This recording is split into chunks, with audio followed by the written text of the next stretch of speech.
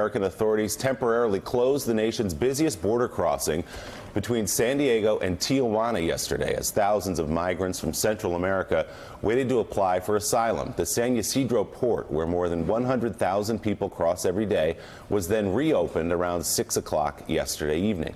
The shutdown came amid a day of strife in which U.S. Customs and Border Protection said in a statement it used tear gas and pepper spray after several migrants threw rocks at border agents, striking them. No injuries, though, were reported. This after a reporter for the Associated Press reported witnessing U.S. border agents fire tear gas on hundreds of migrants protesting near the border. After some of them attempted to get through the fencing and wire separating the two countries, frustration boiling over with the border agents processing only about 100 asylum petitions a day as more than 5,000 migrants wait in and around a cramped sports complex in Tijuana after traveling through Mexico in a caravan. President Trump says he's given active duty troops at the border the okay to use lethal force against migrants, quote, if they have to. They said, these are not like normal, innocent people. These are people, you talk to them and they start a fist fight. I don't want that in this country. Okay? Mr. President, what about the idea that the military may use lethal force against these migrants? If they have to, they're going to use lethal force. I've given the okay. Yeah, if they have to. I hope they don't have to. According to Politico, it was a fiery West Wing meeting that led to the president granting troops the right to use lethal force at the border. 3 people briefed on the exchange, telling Politico a meeting last Monday devolved into a melee pitting Chief of Staff John Kelly and Homeland Security Secretary Kirstjen Nielsen against other attendees who have supported the president's hawkish immigration agenda. Kelly and Nielsen argued against signing the declaration for lethal force, which granted the military broad authority at the border, telling the president the move was beyond his constitutional powers. They were vocally opposed by senior policy advisor Stephen Miller, as well as Chris Crane, the president of the National Immigration and Customs Enforcement Council, and Brandon Judd, the president of the Border Patrol Union. According to Politico, Kelly and Nielsen eventually came around to the president's position, and the bitter dispute ended Tuesday evening when Kelly, on President Trump's orders, signed a cabinet declaration granting the military the disputed authority. John Heilemann, let's start with you on this part of the conversation. Just what happened inside the West Wing. We know when we read these stories, the heroes are usually the people who talk to the publication about it. Do you believe John Kelly and Kirstjen Nielsen stood up to the president when he said, I want to use lethal force against migrants waiting at the border or trying to cross at the border? I don't have any reason to disbelieve it. On the basis of past reporting, it seems like consistent with where their positions have been on this topic. And I think there's obviously there are questions, there are operational questions, and it's often the case in situations like this where you find someone who has an affiliation with the military, where, like John Kelly does, who understands what happens when that kind of authority is granted. Often it gets used in the heat of a moment, and I think Kelly, sometimes his political instincts are not that great, but in this instance, I think both from the standpoint of what a traditional kind of military perspective would be on this, and in this case, I think the right political perspective, in the sense that if there is going to be lethal force used at the border, it could be a disaster politically for the administration if that plays out. How much they stood up to him?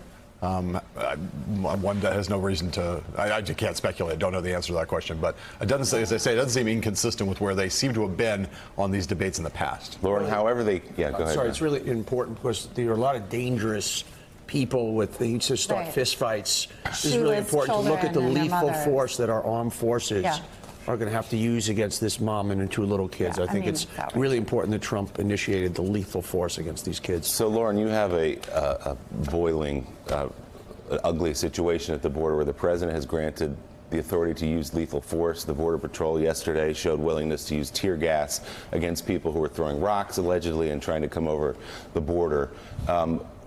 Where do we go from here in this situation? What if many of these migrants cross the border and there is a military confrontation? Well, first of all, look, it's illegal and it's immoral above all else. It's absolutely profoundly immoral. And it's illegal for a reason. We have a legal structure that the Congress passed, which allows people to apply for asylum through the Customs and Enforcement wherever and however they enter the country. And the president doesn't care about that. And to your point about whether or not they stood up, they could have resigned. And actually, Kirstjen Nielsen could have resigned when the president asked her to ask ICE to rip children out of the arms of their parents in the last round of appalling so-called border security. I mean, the reality is at the end of the day, the president is surrounded with people who are willing to do basically anything, whether or not it's illegal, let these immoral acts go all the way to the courts. And then even in some cases, when they go to the courts, the president continues to question them. So, you know, my only hope is that the military is going to have cooler heads. And we have heard some from military leaders already saying that absolutely they're not firing on women and children who are unarmed at the border. There's also questions whether or not anyone actually threw rocks yesterday. NPR was reporting that actually it was relatively peaceful, except that obviously they were trying to break through and get through because the waits are impossible. It's a nightmare situation. There's no services or support for them on the Tijuana side. It's a disaster, but we could have been sending, we could have sent agents to Mexico months ago to prepare the asylum claims long in advance, and we didn't do that. Michael Steele, this also comes against the backdrop of the president declaring over the weekend, without Mexico signing on to it, that there'd be a new policy where asylum seekers would have to wait on the Mexican side of the border, to effectively wait in places like Tijuana or the Rio Grande, to wait for their hearing to see whether they were granted asylum, which in many cases takes years. Yeah, which is, again, puts a lot of pressure on that borderline. So you have a situation where folks are pressing up against the so-called wall on the one side. The U.S. is slow rolling on the other side, to the point just made. There aren't the personnel in place. The military that's been sent there is not really prepared to deal with this human influx. You know, they're used to engaging with combatants, not moms with children. And so the Mexican government and the U.S. government need to get into a space where they have some level of arrangement or agreement as to how this process is going to unfold, so that this does not boil up into something bigger. My concern is that the president would not be that put off if this thing did get much more heated, and blew up, because it would then make his point. See, these are bad people, and we have to control and contain the border. But yeah, if you create a pressure cooker, at some point, what's in that pot will blow up if it's not maintained properly. And that is one of the drivers, I think, right now, more than anything else. Congress needs to step up and step in here to redirect the hands of the president. You know, we ought not to be surprised by any of this. This is just another long line of chaos and incompetence brought to you by the Trump administration. We do not have an ambassador to Mexico. Right. We have a charge d'affaires in Mexico City. The ambassador quit earlier this summer. We have three people I know, General Mattis, General Kelly, and General Dunford, who clearly remember Kent State in the spring of 1970, when the National Guard in Ohio had live ammunition. The United States Army, it would be a horrendous misuse of the United States military to have them firing on any civilian at any border. And these people on the border, Donnie just referenced it, the President of the United States, we just heard him say that these people, when you attempt to have a conversation with them, they start a fist fight. I mean, that is beyond absurd. This is the President of the United States speaking. This is the President of the United States encouraging an action that is so opposed to everything that this country stands for. But we ought not to be shocked, because it happens nearly every day. Donnie, you know Donald Trump. The president thinks this looks tough. He thinks if you talk about having guys at the border with guns, it's going to deter people from coming here. It was the same argument they used, that Jeff Sessions also used, for the family separation policy. It will deter people from coming here. This is what getting tough on immigration looks like to President Trump. Yeah, I love Mr. Tough Guy, who's tough on women and children, but when it comes to the Crown Prince, or when it comes to Vladimir Putin, the really tough people of the world, Won't visit the troops because he's afraid of being hurt. He backs down like the wussy that he is. You know, beyond the fact, the amorality of it and the illegality of it, the political stupidness of it also. We just came off an election. I'm not so sure about that. Well, he doubled, tripled, quadrupled down on the caravan. And that works for him, though. Well, I don't know. Last I looked, we picked up close to 40 seats, and we won 9% in the popular vote in the congressional election. It works with that core 38, 39%. Yeah. It does not work with the other 7 or 8% that he needs to win elections. People care about their health care. People care about their jobs. other than that small core, this does not work, or at least it was proven in the last laboratory. But do you think that it works in the sense that the Democrats have a continued failure to deal vocally, verbally, strongly with immigration? I think the president perceives it working, and I think in some sense, what matters is I agree with you, Donnie. You're not going to.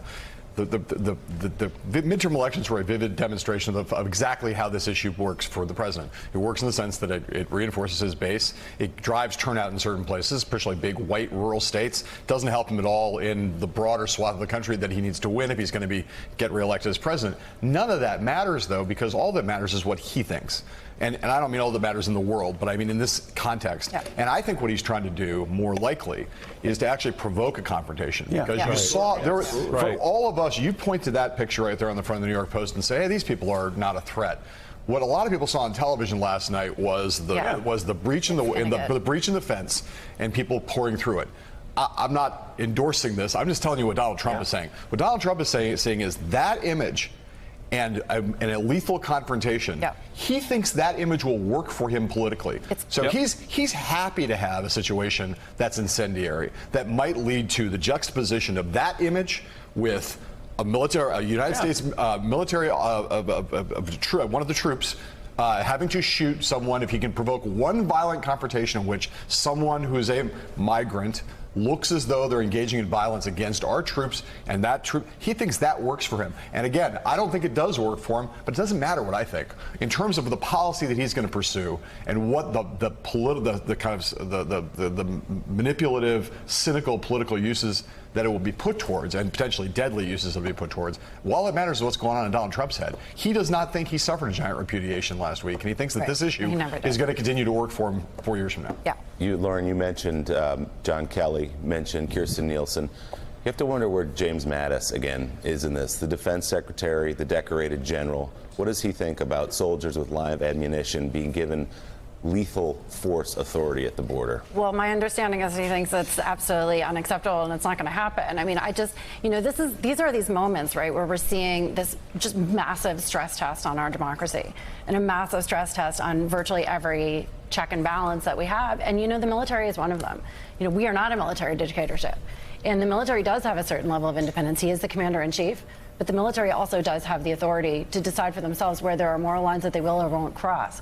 And I hope he will stand up and absolutely refuse to enforce these illegal actions. And I think it would be devastating, not just obviously for all the reasons you've described and the human rights abuse. It would be devastating for the U.S. military, who I guarantee you, as an all-volunteer force, under enormous stress. We have folks not getting paid and getting evicted from their homes because they can't get paid on the GI Bill. And then we're going to ask them to go shoot unarmed women and children at the border. I mean, it's a catastrophe on every level. I would be shocked if Mattis allowed this to happen. Thanks for checking out MSNBC on YouTube, and make sure you subscribe to stay up to date on the day's biggest stories. And you can click on any of the videos around us to watch more from Morning Joe and MSNBC. Thanks so much for watching.